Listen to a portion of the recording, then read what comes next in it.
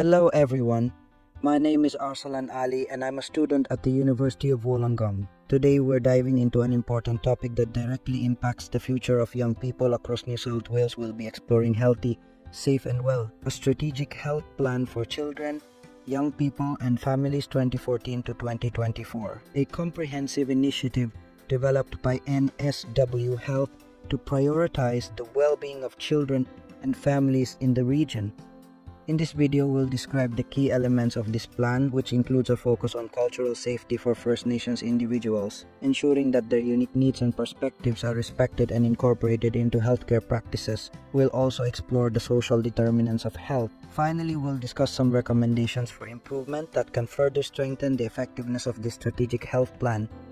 This program is not only crucial for addressing the present challenges faced by children and young people, but also for creating a healthier, safer future for the next generation. So, let's dive in and critically analyze how this plan addresses these key issues and what can be done to improve the health and well-being of young people and families across New South Wales.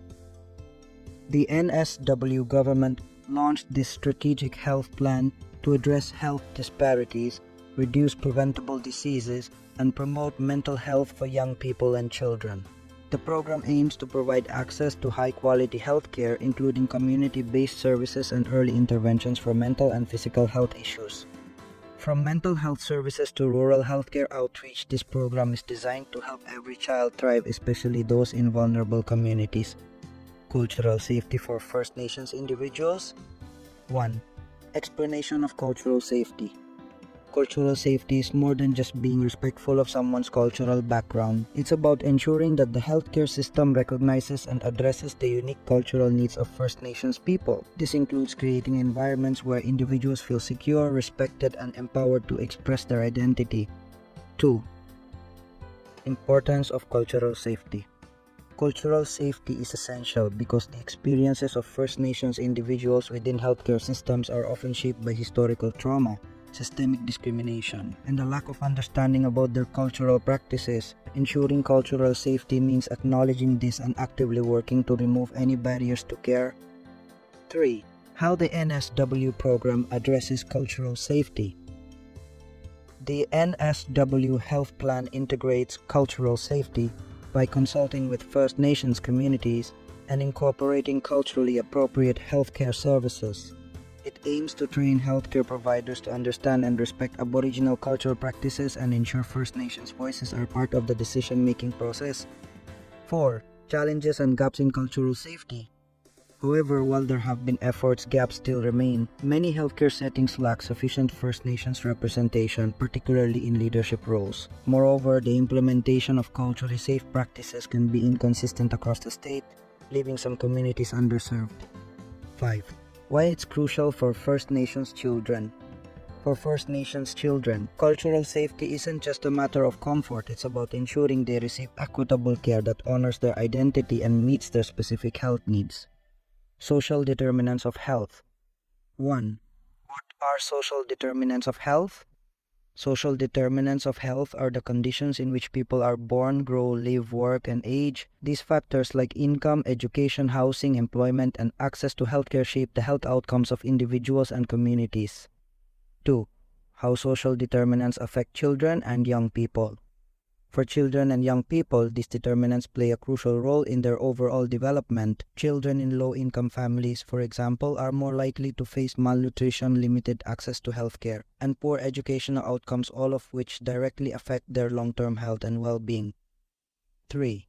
Social determinants addressed by the NSW plan. The NSW Health Plan focuses on several key social determinants of health. For instance, it seeks to increase healthcare access for rural and low-income families, provides mental health support in schools, and targets educational improvements for young people to better support their mental and physical well-being. 4. Areas of improvement for social determinants.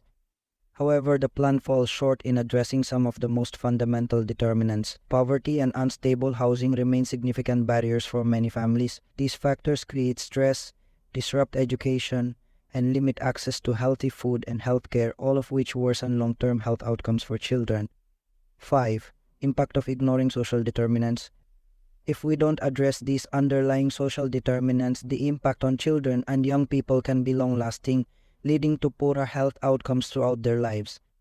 Recommendations for improvement: 1. Improving cultural safety for First Nations individuals. To improve the cultural safety of the program, it's crucial to involve more First Nations healthcare professionals in leadership roles. Community-controlled health organizations should also play a more significant role in providing services. These organizations are led by Aboriginal communities and can better ensure that care is culturally safe and meets the specific needs of First Nations children and young people. 2. Expanding rural healthcare services. In many rural areas, access to healthcare remains limited. Expanding funding for rural healthcare services, including mobile clinics and telehealth, can bridge the gap for families who currently face long travel distances and wait times to receive care. 3.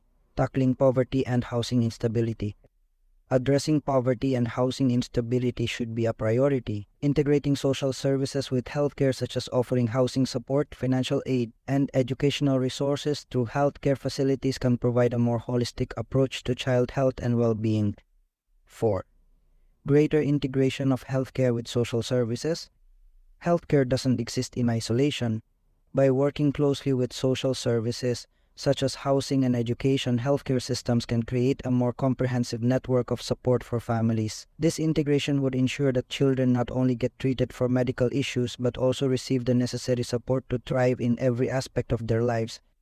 5. Continuing community engagement and feedback.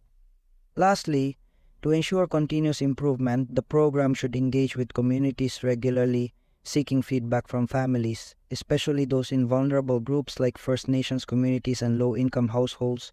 This ongoing dialogue will help the program stay responsive to the changing needs of children and young people in NSW.